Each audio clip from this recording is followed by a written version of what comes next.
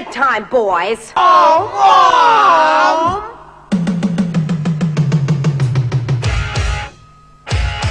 I was rapping in my club the other night when nothing I said was coming out right. The crowd got angry, and this one man, he was gonna throw a bottle, he was gonna chuck a can, chuck a can, chuck a, chuck a, chuck a, chuck a.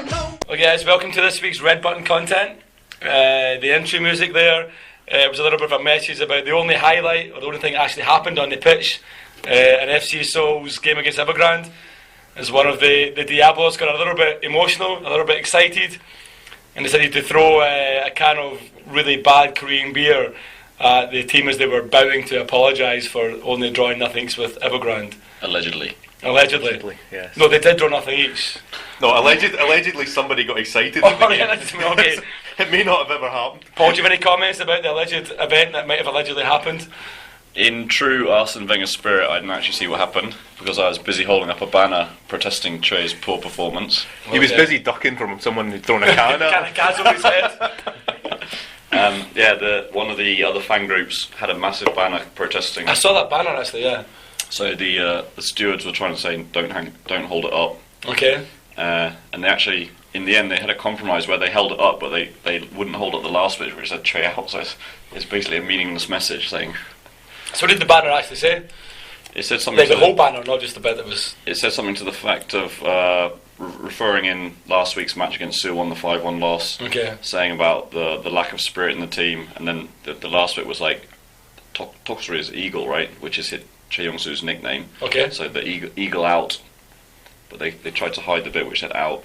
And that was a bit that you were holding up as well, wasn't it? This must have been quite a big banner. Was there someone on a subway train holding the other end? Korean as well. So it's something Korean. It's about 20 feet long, I would guess. Yeah, it looked pretty big.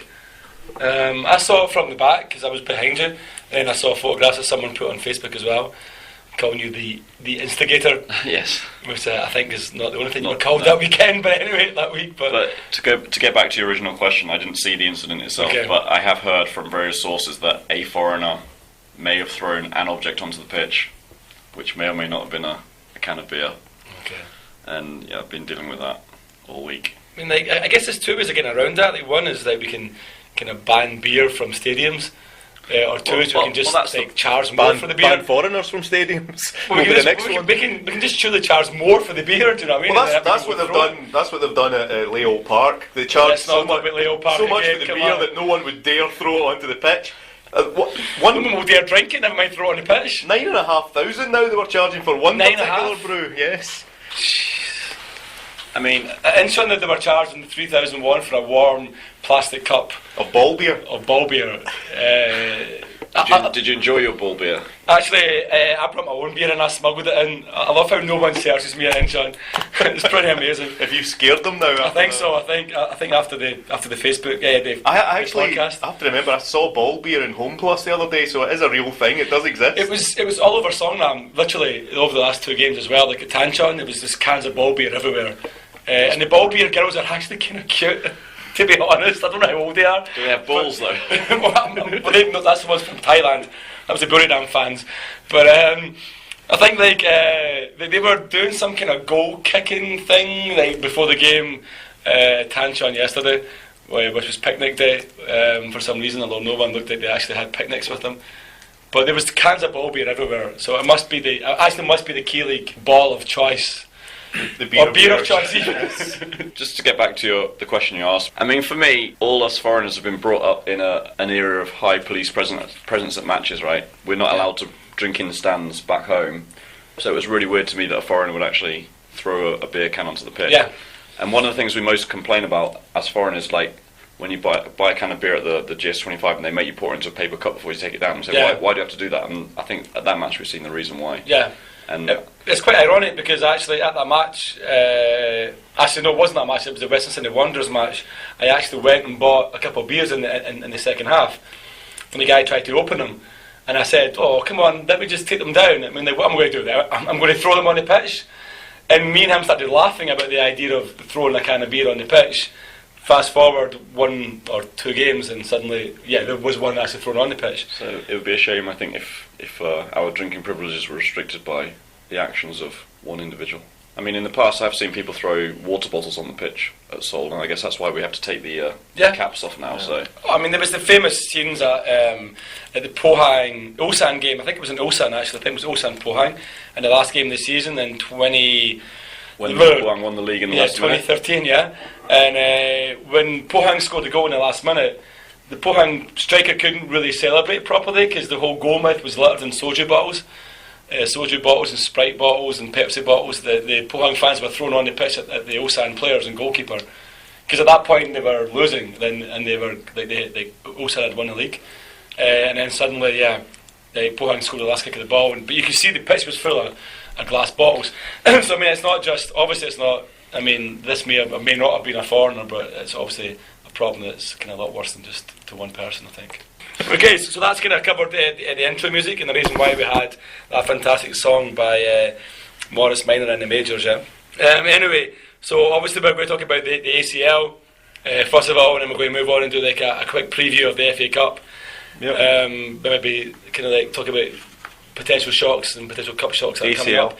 And I think we'll also maybe talk about the fact that it looks as if some of the kind of smaller teams seem to be charging for the FA Cup as well, when in the past I think Stevie had said that they were doing. Yeah, I mean, I noticed that today that a lot of the uni sides and the National League sides seem to have started charging for the FA Cup games. I don't know if they normally even have done that in the past. The tie between the two uni teams. Yeah, was it last time it was all? But I mean, it's like 2001 for an adult and 1001 for a child or something. Yeah. I don't know if the KFA have said you need to charge once something. Once you get a certain round, everyone's got maybe to charge. from the fourth round there needs to be a minimum charge or something. Bit of a weird one. Okay, so first up we have the ACL. I guess we'll start with the match that we did kind of highlight there, the Seoul versus Evergrande match. Paul, I know you were there. I saw you, even when you were bannerless. I saw you as well. Like, what did you think of the game? Like, was there anything positive you can take from it? I know everyone was slamming Che. I mean, I finished nothing each, but well, Paul, you can talk us through the game. I think the main thing to note from this game was that after the 5-1 debacle at the previous weekend, Che switched from his back four to a back three, or back five, as you may say, and definitely the players looked more comfortable with that. And obviously, they kept a clean sheet. They still looked very toothless up front, but yeah, they did they did the bare minimum they needed to do in not losing to maintain their hopes. So I think so. It's kind of hard to have too much of a go with that one though, because by itself, a 0-0 draw with Evergrande's not a bad result, is it? So it's more the fact that he said the bad run of results leading up to that's led people to be slagging him off rather than actually getting a draw against a team that I don't know, it's probably better than you on paper. This is a weird group, right? Because when it was drawn, everyone was talking about the group of death. Yeah. But actually, Sydney, they're still doing absolutely terribly in their league back in the Australian league, right? They're currently next to bottom as of this weekend's round of matches. Guangzhou also, since they've sent Lippi upstairs and brought Cannavaro in as the new manager, I think there's a definite dip in their form as well.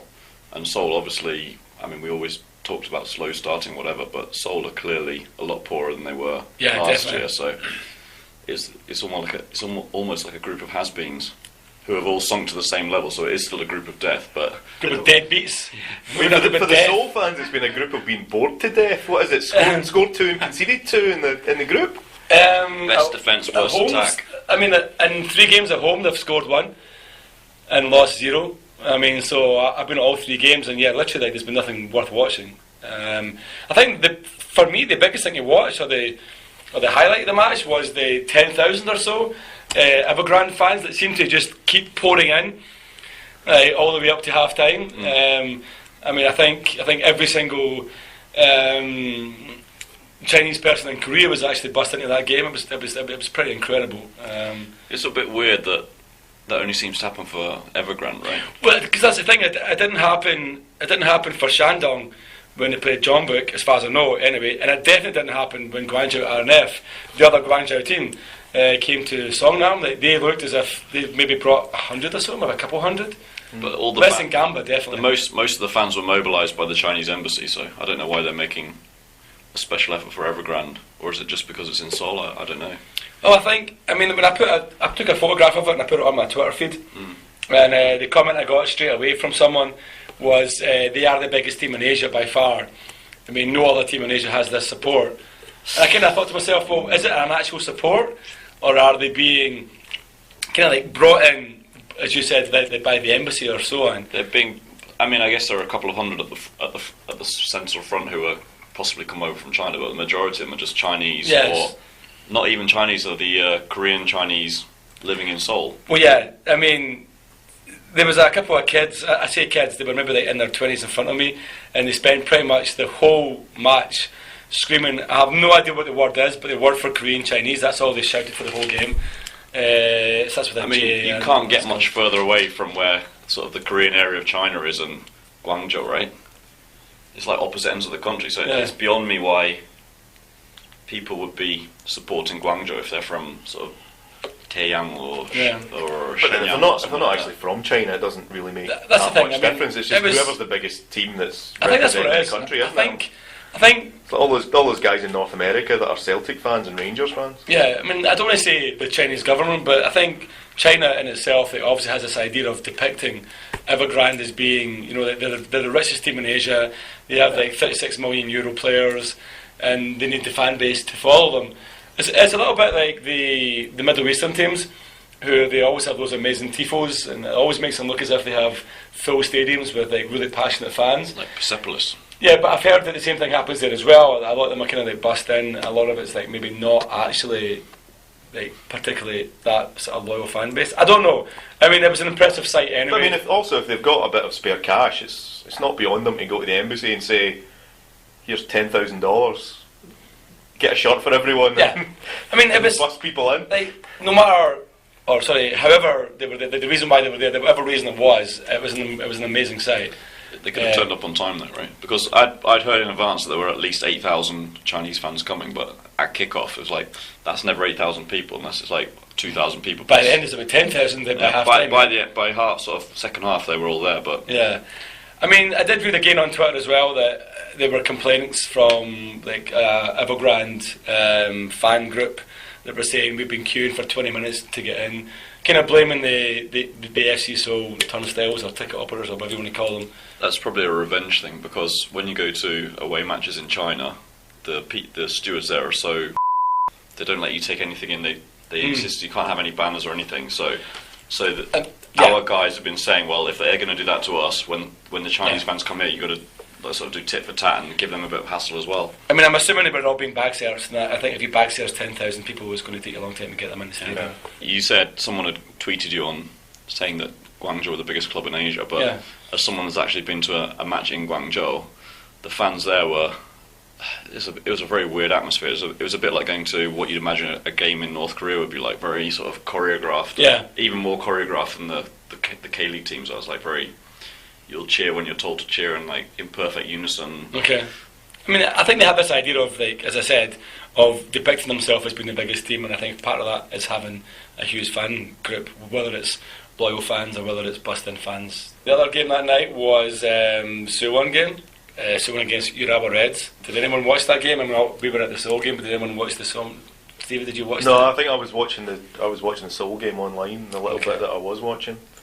I do know that Urawa Took the lead, took the lead, yeah. Because it looked as if they were eventually. I think some of the things I was reading was that they were eventually waking up. Yeah, they woke up for 5 minutes before Suwon pulled one back, yeah, equalised, and then took the lead with 2 minutes to go. Yeah. Something I did notice was it was Jeonbuk, who I think is having like the form of his life right now. He didn't score, but he had both the assists. Everyone's favourite Brazilian Caio got the second goal with a couple of minutes to go, and I think that almost certainly puts Suwon through. On the complicated sort of ways these things are decided, it seems that they are through. I think People tell me they're through. Yeah, it seems like there would be some kind of ridiculous scoreline to stop them getting through. They're like, I think at the top of that group it's Beijing. No, but I think Beijing are actually third now. Like that group was a very complex group, but I think because they've all Brisbane everyone's can't thinking, be top, sure. Yeah, so it's Beijing top, and then Suwon second, and then Brisbane third. And I think there's like maybe 3 points separate Brisbane and Suwon. So no matter what happens, technically, with the head-to-head, Brisbane can't actually put Suwon out because Suwon beat them at that 3-1 game in Suwon. So I think it puts Suwon through based on whatever rule of the ACL's qualification. Rubric. Yeah. They're not mathematically Based on the Rubik's Cube, did you say there? Is that how they're deciding it now? Well, yeah, I think all the blue I've got ones one and side all line, blue, that's it, so That's on it. through. But so, I mean, fair play to Based on the Suwon. purchasing power of Samsung as opposed to the Raw. Yeah, I mean, fair play to Suwon. Like, they went over to Japan, they won 2-1. I think we did predict they would probably go to Japan and win 2-1. I think we predicted every score for every game, so we must be right. Well, I think Paul actually did go 1-0, 2-0, 3-0, was that that week? But I mean, Suwon have done well in ACL without being. I mean, they did well over in Australia. We watched them destroy Brisbane for about 3 minutes and get 3 goals at home as well. So yeah, I mean, fair play to Suwon. Pains me to say that. I'm going to cry, but anyway. Moving on to Wednesday's games. I was at Songnam Buriram. Talking about teams that claim to be through on complicated Rubik's Cube. Songnam are through. I mean, there's no doubt Songnam are through. I can't even begin to explain to you why, but I'll try. So apparently, Songnam and Buriram and Gamba can all finish the group on the same number of points. Any two of the 3 teams can finish on the same number of points. So what happens is, like, in that situation, they discard the team that's not in the top 3, which in this case is Guangzhou RNF. And so it's really complicated. So basically, they can, at least 2 of the teams can finish on 10 points. Yeah. So Guangzhou RNF are definitely out. So you discount their games, which then means that on head-to-head, Songnam, the worst Songnam can finish is second, because based on the Gamba Buriram game, Buriram finished third in that group of the 3. Songnam 1-1 at home, Buriram 1-1 at home. Songnam beat Gamba 2-0 at home, and the Gamba Buriram results, I can't remember exactly what they were, but Gamba are on top.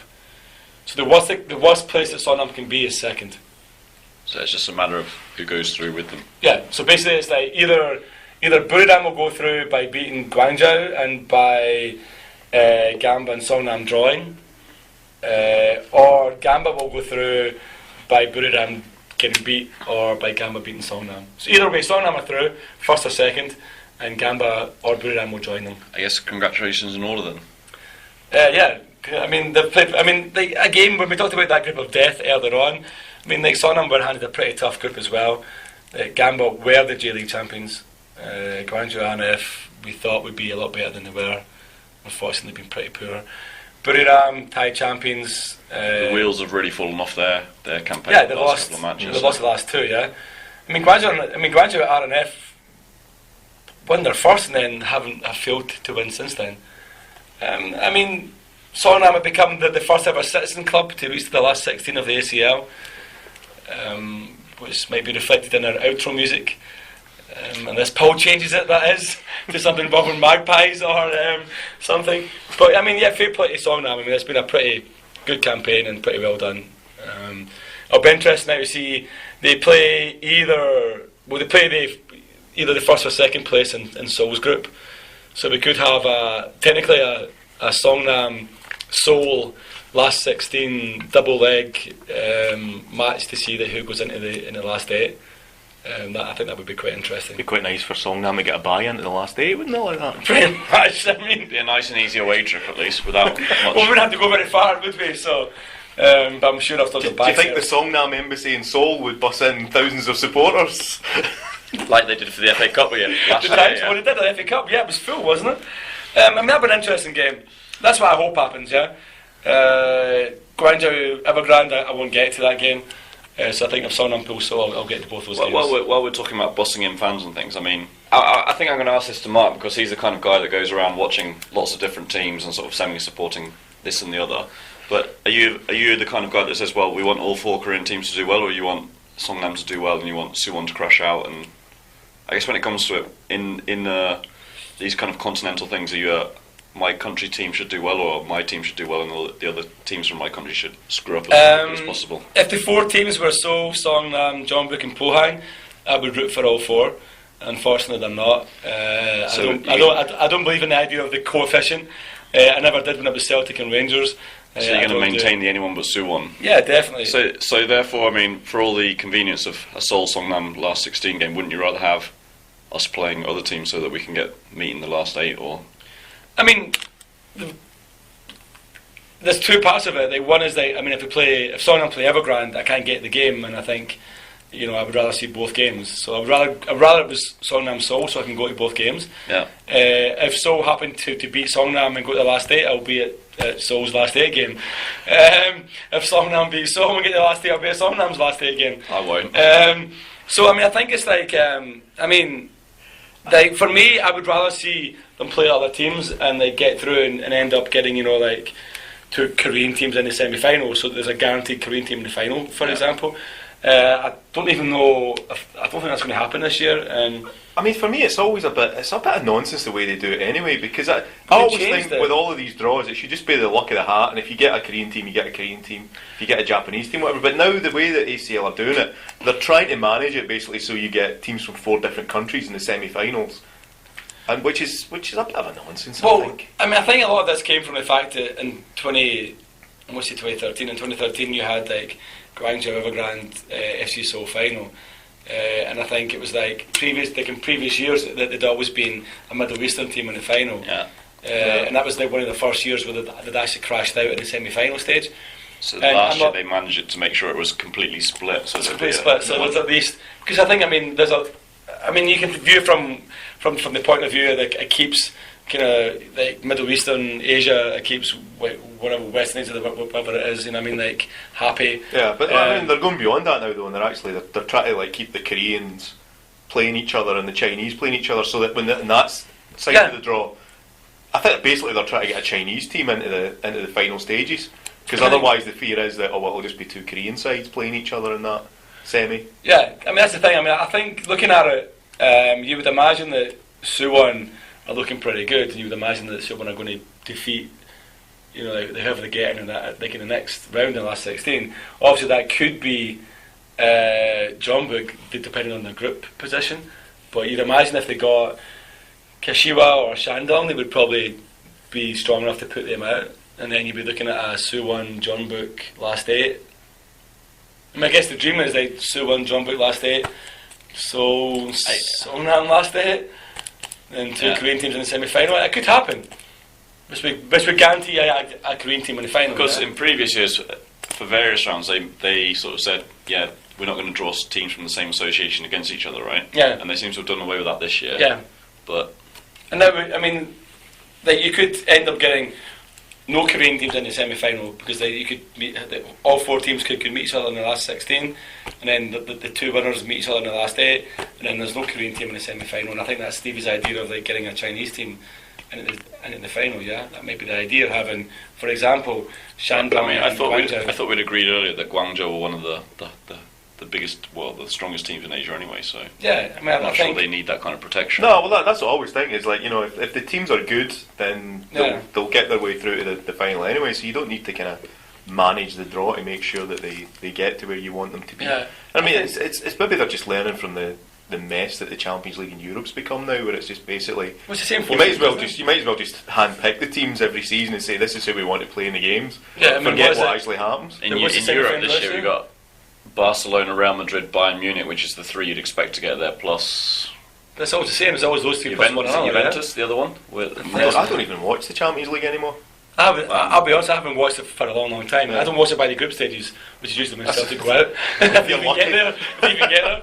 But I don't watch it because literally I don't see the point anymore. It's the same 3 or 4 teams every single time. Because of the financial fair play, it's only going to get worse, right? Yeah. And now they're talking about introducing financial fair play into the Korean League as well. So which is going to make Jeonbuk winner for every year, yeah.